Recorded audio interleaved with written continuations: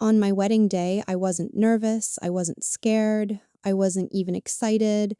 I was standing outside the venue, band holding my dress tightly in my hands, staring at the entrance, and wondering, beamed, why my name wasn't on the welcome board.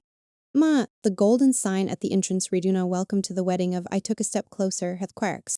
Me and my heart started beating faster, and then I saw it, not my name, but my sister's, Sirs, Sarah, for a second. Man, my brain refused to understand. Maybe it was a mistake. Maybe I was reading it wrong. Maybe. Man, this was just a joke, but deep down, I already knew the truth, because this wasn't the first time. Ben, my parents chose her over me. People always say parents love all their children equally. But that's not always true. Sometimes they just pretend to. I learned that when I was years old. MD, it was a cold winter night. I had a school competition the next day. I practiced for weeks. I wanted to win. Not for myself, but for them. I wanted them to be proud of me. That night, I asked my mom, Blander, will you come tomorrow? She smiled. Of course she smiled. She always smiled. But her answer? I'll try. And I knew what that meant. The next day, I stood on stage, looking into the crowd, searching, hoping, waiting. Man, but they weren't there. Do you know where they were? At home, celebrating Sarah's new dance class. That moment, band was the first crack, but not the last. Birthdays, achievements, special days, everything always somehow became about Sarah. Lambia. If she cried, the whole house stopped. If I cried, I was told to be strong. If she failed, being she was comforted. If I failed, I was blamed, and slowly, without realizing, I stopped expecting anything, because expecting only leads to disappointment. By the time I turned Salok, I had already learned something important. Love in my house was conditional, and I didn't qualify, so I adapted. I became quiet, independent, invisible. I stopped asking for things. Stopped sharing my feelings, stopped believing that I mattered. When I got into college, it should have been a happy moment. But instead, it became another reminder. My parents sat me down and said, we can't afford it. I nodded. I didn't argue. I didn't cry because I expected it. So I worked morning shifts, night jobs, weekend overtime. And while other students enjoyed their lives, I was surviving mine. And every time I felt tired, I told myself, one day, this will all be worth it. Meanwhile, Sarah was living a completely different life. She dropped out of college.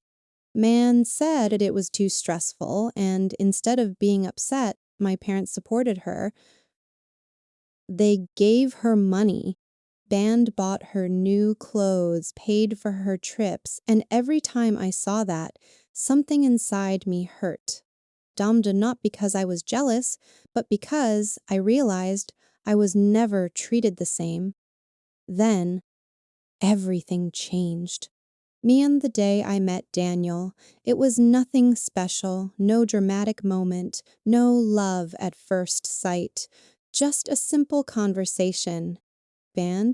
But something about him felt different. He listened, really listened. He didn't interrupt,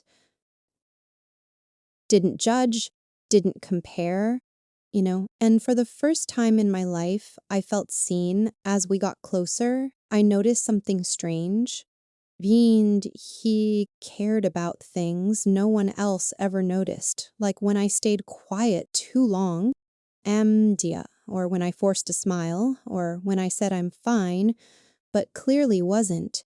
He saw through me, and instead of ignoring it, he stayed, and slowly I started believing something I never believed before. You know, maybe I deserve love. Being the day he proposed was simple, no big crowd, no fancy setup, just us. He looked at me. Belinda held my hand and said, "No, I don't want a perfect life. I just want a real one with you." And I said yes, not because everything was perfect, but because for the first time, something felt right. But happiness pinned in my life never lasted long because soon after things started changing, subtle at first, almost unnoticeable, but enough to make me feel uneasy. My mom insisted on planning the wedding. "Don't stress yourself," she said. "Bamind will handle everything." And like always, I trusted her. But then I noticed Sarah was always around at every meeting, cleaned every decision, every discussion, trying dresses, giving opinions, laughing with my mom, like they shared a secret. And sometimes when I walked into the room, they would stop talking and smile, that fake smile, the one I knew too well. Ambience at first, I ignored it, told myself I was overthinking, but deep down I knew something was wrong. I just didn't know.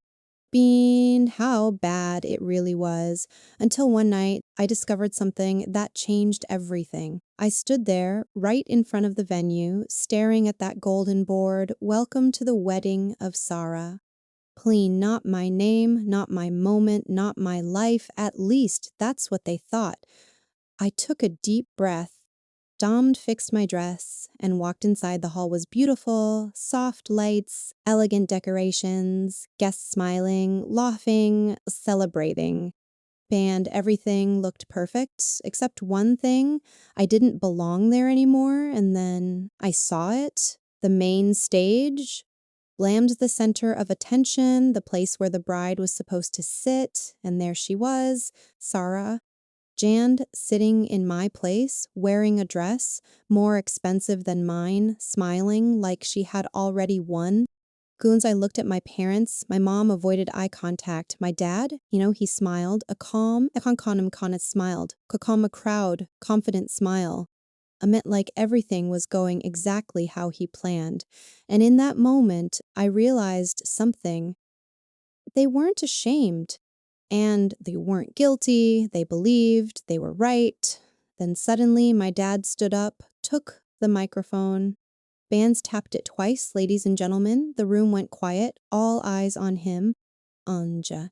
He smiled and said, "No, today is a very special day for our family." A pause.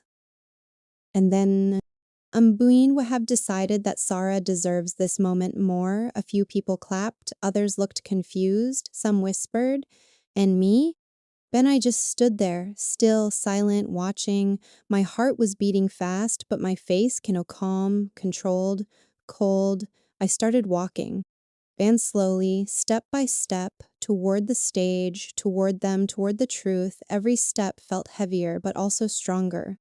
Amdian, because this time I wasn't walking as a victim.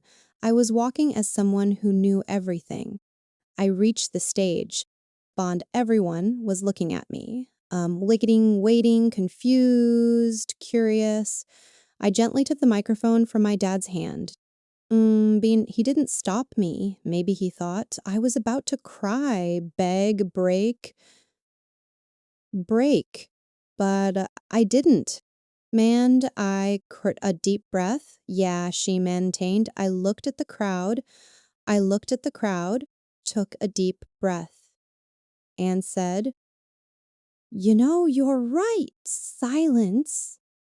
Complete silence. And even Sarah's smile faded a little. I continued, "She does deserve attention." A few people nodded. Amida. Then I said, yo, but not like this. You not like this. I pulled out my phone, connected it to the screen behind me. Then the projector turned on, and suddenly the first screenshot appeared, messages between my mom and Sarah. The room froze. Banjan message after message, voice note after voice note, every plan, every lie, every laugh, played in front of everyone. Bynes, make sure she doesn't find out. She'll be too shocked to react. This will teach her place. Band gaps filled the room, people started whispering, some stood up, some looked at my parents in disbelief. And Bonded, my mom's face turned pale. Her hands started shaking. Sarah? Ina? She couldn't even look at the screen. And she just stared at the floor and my dad. For the first time, his smile disappeared. Manager, then I showed the bank records, every transaction, every stolen amount, every proof that they didn't just betray me emotionally. Amant, they used me. The room was no longer calm. It was chaos. I looked at them. One last time. Bandian said, all my life I stayed quiet, I sacrificed, I trusted you. And today, you tried to erase me. A pause. Bend then, but I'm not invisible anymore. Then I turned toward Daniel. He had been standing there, watching everything, silent, processing. I walked toward him slowly and said, you deserve the truth too. I won't blame you if you walk away. The entire room held its breath. He looked at me, not at the screen, not at the crowd, just me. Me.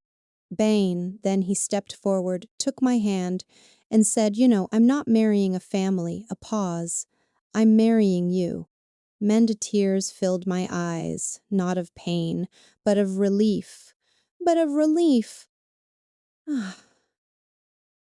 For the first time in my life, someone chose me. Chose me. Bam publicly, proudly, without hesitation, I looked back one last time at my parents, at Sarah, at everything I was leaving behind.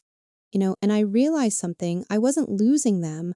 I was freeing myself from them. That day, Communzeril Maya, I didn't just expose their lies. I ended years of silence, years of being the understanding one, banned years of being second, because sometimes family isn't the people who raise you. It's the people who respect you.